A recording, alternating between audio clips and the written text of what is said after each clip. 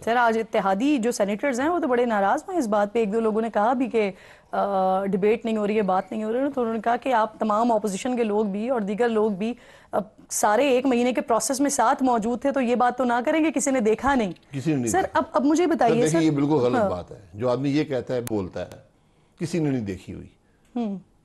آپ آج ترمیم لے کر آئے ہیں, اس پہ کیوں ایک دن اگر گزر جاتا, 2 دن گزر جاتے, قیامت آ جاتی. آپ پروسیس فالو کرتے نا. یہ آپ کی ذمہ داری ہوتی ہے کہ جو پروسیس رولز کے اندر دیا گیا ہے اس کو فالو کریں. حکومت کہہ رہی ہے ٹائم کم ہے, کام ہمارے پاس بہت زیادہ ہے, تو ہم نے پہلے یہ والا کام نپٹانا ہے, اس کے بعد بہت سارے کام کیونکہ کرنے ہیں. کل میں نے پوچھا تھا حکومتی نمائندے سے, کیونکہ میرے نزدیک تو سر 6 مہینے ہوئے, ابھی تو 4.5 سال باقی ہیں آگے. نہیں, کون سے کام ایسے کر رہے ہیں؟ یہ حکومت کوئی کام نہیں کر سکے گی, نہ اس کے اندر صلاحیت ہے نہ نیت ہے, نہ ان کے پاس اختیار ہے. یہ بغیر اختیار کی حکومت ہے. اس کی لوگ یہ کہہ دیں جی میں نے یہ آئینی ترمیم دیکھی تھی ہاؤس میں آنے سے پہلے, یہ کہہ دے نا کوئی آدمی کہہ دے. اچھا باسی صاحب یہ بتائیے کہ یہ کیا آئینی ترمیم اگر عدالتوں میں چیلنج ہو جاتی ہے تو پھر کیا دیکھ رہے ہیں آپ, اور ہو سکتی ہے؟ ہو سکتی ہے, عدالت میں چیلنج ہو سکتی ہے. ابھی چیف جسٹس بھی بدل رہے ہیں, تو اس ترمیم کا تو پہلا تو امتحان یہیں پہ آ جائے گا. اور اس کی بدنیتی کی ایک بڑی وجہ یہ بھی آپ کے سامنے ہے کہ اس میں اسپیسیفکلی اس کو 25 تاریخ سے پہلے پاس کیا گیا ہے. اس کی ترمیم کے اندر ایک ڈیٹ موجود ہے. کسی بھی قانون کے اندر اگر آپ یہ تاریخ دیکھیں یا نام دیکھیں, ایک شخص کو یا ایک ادارے کو یا ایک معاملے کو حل کرنے کے لیے یہ مولانا صاحب کہہ تو رہے ہیں سر کہ اس کو پرسن اسپیسیفک کرنے کی کوشش کی گئی تھی, لیکن انہوں نے تو اسی معاملے کو ہی ختم کر دیا, وہ جو پرسن اسپیسیفک ہو رہا تھا. اب یہ بتائیں باسی صاحب, یہ جو لکھا ہوا ہے نا کہ پہلے جو چیف جسٹس ہیں یہ اطلاق 3 دن میں ہوگا, تو 24 جو اکتوبر سے پہلے وہ بھی کرنا ہے. صحیح, تو اس لیے یہ پرسن اسپیسیفک ہے اس حد تک. ٹھیک. اچھا سر یہ بتائیے, یہ ابھی آج سے کوئی 2-2.5 مہینے پہلے کی بات ہے جب خواجہ آصف صاحب کو ایسا لگ رہا تھا, انہوں نے اس خدشے کا اظہار کیا تھا, آئینی میلٹ ڈاؤن کی بات کر رہے تھے, الیکشن کے آڈٹ کی بات کر رہے تھے, تو اب بھی وہ خدشہ ہے یا بس اب دور ہو گیا؟ آئینی میلٹ ڈاؤن تو یہ ہے کہ اب آئین میں ترمیم کر رہے ہیں اور عوام کو دکھاتے نہیں ہیں. رات کے اندھیرے میں ترمیم کرتے ہیں, اپنے ممبران کو نہیں دکھاتے, رول فالو نہیں ہوتے, اس پہ ڈیبیٹ نہیں ہوتی ہاؤس کے اندر. یہ آئینی میلٹ ڈاؤن ہوتا ہے. آئینی میلٹ ڈاؤن سپریم کورٹ کے فیصلوں سے نہیں آتا. اور عباسی صاحب اب جو ہے وہ کیونکہ جو نئی امنڈمنٹ جو ہو گئی ہے اس کے مطابق اب چیف جسٹس کا جو سلیکشن ہوگا وہ 3 سینئر ترین ججز میں سے ہوگا, تو آپ کو کس کی چانسز لگ رہے ہیں زیادہ؟ کیونکہ بلاول کا بھی آن ریکارڈ موجود ہے, وہ میں تینوں کو نہیں جانتا. انہوں نے کہا ہے کہ چیف جسٹس تو منصور علی شاہ ہی ہوں گے. آپ کو یاد ہوگا آج 1-1.5 مہینے پہلے انہوں نے یہ اسٹیٹمنٹ دیا تھا بلاول صاحب نے. پتہ نہیں جی, آپ کے نزدیک کون؟ میں اس کا یہ جو پیشن گوئیوں کا میں زیادہ یقین نہیں کرتا, نہ اس کی گنجائش ہوتی ہے. اس وقت تو قانون یہ تھا کہ سینئر موسٹ بنے گا, یا جو بھی پروسیجر یہ تھا. اب پروسیجر کچھ اور ہے کہ وہ ایک کمیٹی ہوگی, وہ کمیٹی دیکھے گی, وہ کمیٹی سوچے گی, وہ کمیٹی فیصلہ کرے گی 3 ججز لے کر. یہ کون سا نظام ہے؟ چلے یہ نظام بن گیا نا. اب آپ کے سامنے 3 ججز آئیں گے تو آپ کیا ڈھونڈیں گے؟ جو سب زیادہ ہماری سنتا ہے اس کو ہم بنا دیں. کیا کرائٹیریا ہوگا کمیٹی کے سامنے؟ یہ آپ کے یہ امتحان ہے. آپ تینوں ججز کو سامنے پیش کریں, کمیٹی کے سامنے آئیں اور پوچھیں ان سے کہ آپ کیا دیکھتے ہیں, انصاف کا نظام کیسے ہونا چاہیے. ان کو بات کرنے دیں, پھر آپ سلیکٹ کریں, تاکہ عوام, ہر چیز عوام کے سامنے ہونی چاہیے. حقائق عوام کے سامنے ہو, یہ کیسا آدمی ہے, اس کی سوچ کیا ہے, یہ آگے کیا کرے گا, تاکہ وہ ایک عوام سے وعدہ کرے یار میرے پاس 2 سال ہیں 3 سال ہیں تو میں یہ کام کروں. اور آپ کی اسی بات سے ملتی جلتی بات سر, پہلی بار ججز کی جو کارکردگی ہے, جو ان کا ٹریک ریکارڈ ہوگا, اس کا جائزہ لیا جائے گا. اب آپ کو نہیں لگتا کہ جو ہمارا جسٹس سسٹم اور جو ہمارا جوڈیشل سسٹم ہے اس کو لیتے ہوئے یہ ایک بہتر قدم ہے؟ اس سے کیسز کی جو پینڈنگز ہیں وہ ختم ہوگی, یہ مسابقت کی دوڑ شروع ہوگی. سر نہیں لگتا آپ کو؟ یہ کون جائزہ لے گا اس کی کارکردگی کا؟ جج کی کیا کارکردگی ہوتی ہے؟ جس جج نے حکومت کے خلاف فیصلہ دے جوڈیشل دیا، کمیشن سر جائزہ لے گی. جی جوڈیشل کمیشن جوڈیشل کمیشن آج بھی لے سکتا ہے. اس میں وہ کیا کریں گے؟ اس کو نکال دیں گے. میں سپریم کورٹ کا جج ہوں، میرا فیصلہ آپ کو پسند نہیں ہے، جوڈیشل کمیشن کو پسند نہیں ہے، تو وہ کیا کرے گا؟ مجھے میرے خلاف نکال دے گا. تو یہ بڑی خام خیالی ہے. اب کیسے جج کریں گے؟ کون سے پیمانے پر جج کریں گے اس کی پرفارمنس کو؟ یہ اس کو قانون نہیں آتا، وہ ججمنٹ نہیں لکھ سکتا، ہماری مرضی کی ججمنٹ لکھے گا. اب عجیب عجیب باتیں کرتے ہیں. آپ اس قانون کے اندر بھی اتنی خامیاں ہیں، اگر آپ اس کو پوری طرح پڑھیں اس کے اندر بہت سی خامیاں ہیں، اور وہ آپ کو نظر آئیں گی جب یہ معاملے چلیں گے. پھر کہیں گے اوہو یہ تو غلطی ہو گئی. اسی لیے جب قانون بنتے ہیں خاص طور پر ترامیم تو ان پر ڈیبیٹ کیا جاتا ہے، ہر لفظ میں بحث ہوتی ہے کہ اس لفظ کا ایفیکٹ کیا آئے گا. آپ نے وہ پروسیس ہی ختم کر دی ہے.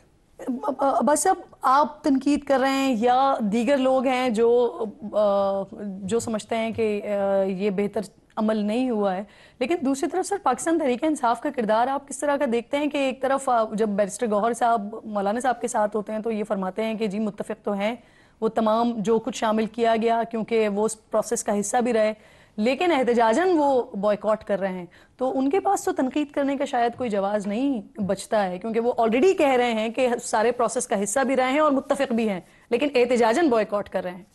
یہ پروسیس کا حصہ تو کوئی نہیں رہا، یہاں تو کوئی بھی حصہ نہیں رہا. بیرسٹر گوہر نے خود کہا ہے یہ پریس کانفرنس کرتے ہوئے مولانا گوہر صاحب صاحب کے کو میں ساتھ. نہیں جانتا ہوں، وہ جو مرضی کہتے رہیں، لیکن پروسیس کا حصہ یہ ہوتا ہے کہ رول فالو ہوں، جی کمیٹی میں جائے، وہاں سارے بات کریں، اسمبلی میں آئے، بات ہو، ڈیبیٹ ہو، اس کی ہر ایک لفظ ڈسکس ہو، اس کے بعد جا کر یہ اپوزیشن کی ذمہ داری ہوتی ہے.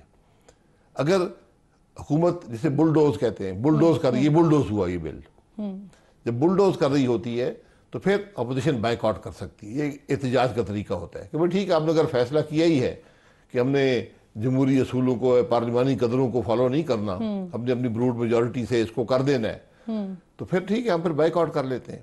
لیکن پھر بھی وہ باہر نکل کے بات کر سکتے ہیں بل کے بارے میں. ان کو آج بھی بل کے بارے میں بات کرنی چاہیے، اپنے تحفظات کا اظہار کرنا چاہیے کہ اس میں یہ خامیاں ہیں، یہ خرابیاں ہیں. تو وہ اپنا رول ادا نہیں کرتے. اور میری نظر میں اس وقت پی ٹی آئی جو ہے ایک مفلوج جماعت ہے، اور ان کے ممبران جو ہیں وہ خوف سے مفلوج ہیں، ان کو ڈر ہے. اس میں بالکل کوئی دوسری رائے میری نہیں ہے. جو اپوزیشن کی پارلیمانی جماعتیں ہیں وہ اور آپ جو کہ زیرک سیاستدان ہیں لیکن پارلیمنٹ میں ہے نہیں، پارلیمنٹ سے باہر ہیں، تو کیا کوئی رول ادا کر سکتے ہیں؟ کچھ سوچ رہے ہیں آپ مل کر؟ آج پارلیمنٹ میں ہونا ہے، باہر ہونا ایک ہی چیز ہے، کوئی فرق نہیں ہے. وہاں بھی کوئی ڈیبیٹ نہیں ہوتی. حکومت کہتی ہے یہ بل ہے، بس میں نے پاس کر دیا، خدا حافظ. تو پارلیمنٹ میں ہوں بھی تو کیا کر لیں گے؟ بہرحال ہم بات کریں گے اس پہ، ہم اس بل پہ اپنی رائے کا اظہار کریں گے. ابھی آ گیا ہے جی، اور اس کو اسٹڈی کر کے ایک آدھ دن میں ایک بڑی کلیئر رائے کا اظہار کریں گے. اور میرا خیال ہے دیگر فورم جو پاکستان میں ہیں، جو وکلاء ہیں، اور مجھے امید ہے کہ جوڈیشری بھی اپنی رائے کا اظہار کرے گی. تو کیا چیلنج کرنے کا ارادہ رکھتے ہیں؟ چیلنج دیکھیں، اس میں بالکل چیلنج رکھنے کا حق ہوتا ہے، ہر ایک کو ہوتا ہے، لیکن چیلنج زیادہ افیکٹو اس وقت ہوتا ہے جب جو لیگل فورمز خود بار کاؤنسل یا ایون جو بار ایسوسیشنز ہیں، اگر وہ اس کو ٹیک اپ کریں جوڈیشری کے ساتھ، وہ اس کا زیادہ افیکٹ ہوگا. میں چونکہ ایک پولیٹیکل آدمی ہوں تو وہ کہیں گے جی یہ تو کوئی پالیٹکس کھیل رہے ہیں، جی ہم نے بڑی زبردست امینڈمنٹ کر دی ہے، پاکستان کو بچا لیا ہے. ہر امینڈمنٹ پہ پاکستان کو بچایا جاتا ہے. تو اس امینڈمنٹ نے بھی یہ پاکستان کو نہیں بچاتے، یہ چند لوگوں کی سوچ کو بچاتے ہیں. یہ ترامیم ہم جو کرتے ہیں چند لوگوں کو فائدہ پہنچانے کے لیے اور وقتی طور پہ کچھ طاقت حاصل کرنے کے لیے جو حکومت ہوتی ہے وہ کرتی ہے، اور بعد میں دیکھیں گے کہ یہی لوگ جو آج ہیں اسی ترمیم سے متاثر ہوں گے. تو سر پھر جن حلقوں کی جانب آپ اشارہ کر رہے ہیں کہ وہاں سے شاید آواز اٹھے گی، تو پھر کیا آپ ان کو سپورٹ کریں گے؟ جی بالکل، ہم آبجیکٹیولی جو چیزیں غلط ہیں وہ غلط ہیں، اس پر بات کرنی چاہیے. بہت سی 22 شکیں ہیں نا، کچھ ہیں جو بنائن ہے، جس کے اندر چلے اچھی بات ہے، یہ رکھ دی آپ نے، ماحول کی بات کر دی ہے، آپ نے ربا کی بات کر دی ہے، یہ پہلے بھی موجود تھا معاملہ، بس چلے آپ نے وہاں لکھ دیا اور اس میں ایک ڈیٹ بھی ڈال دی ہے. حالانکہ یہ مشکل کام ہے. جو ملک وفاقی حکومت کی ساری آمدن آج سود میں جاتی ہے, تو اگر آپ سود کو ختم کر رہے ہیں تو پھر ملک کیسے چلے گا؟ یا جس کو سود کہتے ہیں, انٹرسٹ جو ہے حکومت پے کر رہی ہے نا, وفاق کی ساری آمدن جاتی ہے. یہ بالکل میں اس کے حق میں ہوں کہ آپ اس کو عباس صاحب ایسے پھر یہ کیا یہ سیونگ اکاؤنٹس والا معاملہ بھی ختم ہو جائے گا اس سے؟ جی سب دیکھیں, وہ آپ کو پورے نظام کو بدلنا پڑے گا نا. تو آپ نے ڈال دیا, اچھی بات ہے. اسلامی مملکت میں ان چیزوں پر بحث کر کے اور جو اسلامی طرز حکومت ہے اس پہ آپ کو لانا چاہیے. ویسے عباس صاحب یہ ترمیم تو ہو گئی ہے, لیکن آپ کو لگتا ہے کہ حکومت اس پہ عمل کر لے گی, بآسانی عمل کر لے گی؟ میں یہ کہہ رہا ہوں کہ بہت مشکل کام ہے نا نظام کو بدلنا اتنے کم عرصے میں. 3 سال کا عرصہ آپ نے دیا ہے, تو 3 سال کے عرصے میں ایک نظام جس میں آج حکومت کی اپنی ساری آمدن سود میں جاتی ہے, وفاقی حکومت کے پاس جو پیسہ بچتا ہے سود میں جاتا ہے. جی تو یہ پروسیس زیادہ دیر, مطلب ٹھیک ہے آپ نے لکھ دیا, اچھی بات ہے, آپ نے انٹینٹ کا اظہار کر دیا ہے, بالکل درست بات ہے, آپ نے کر دیا. اس کی ملک میں ضرورت بھی تھی. اور آج میں یہ کہتا ہوں اس سارے معاملے میں ملک میں جو جمہوری اقتدار کے دعوے دار تھے وہ بڑی بری طرح ایکسپوز ہو گئے. چلے ہم امید کرتے ہیں کیونکہ اور آج ملک میں ایک ڈیموکریٹ رہ گیا ہے, اس کا نام ہے مولانا فضل الرحمان. صحیح. ویسے آپ نے اس کا تذکرہ, یہی حکومت جو ہے وہ اس سے پہلے بھی وفاقی شرعی عدالت کے حوالے سے کام کرتی رہی ہے, وعدے کرتی رہی ہے کہ سود ختم کر دیں گے, لیکن ایسا نہیں ہو سکا. تو اب امید کرتے ہیں کہ اب اس بار جب یہ امینڈمنٹ ہو گئی ہے تو یہ ہو بھی, نظر بھی آئے ہوتا. بہت بہت شکریہ. شاہد خان عباسی صاحب پروگرام میں ساتھ موجود تھے.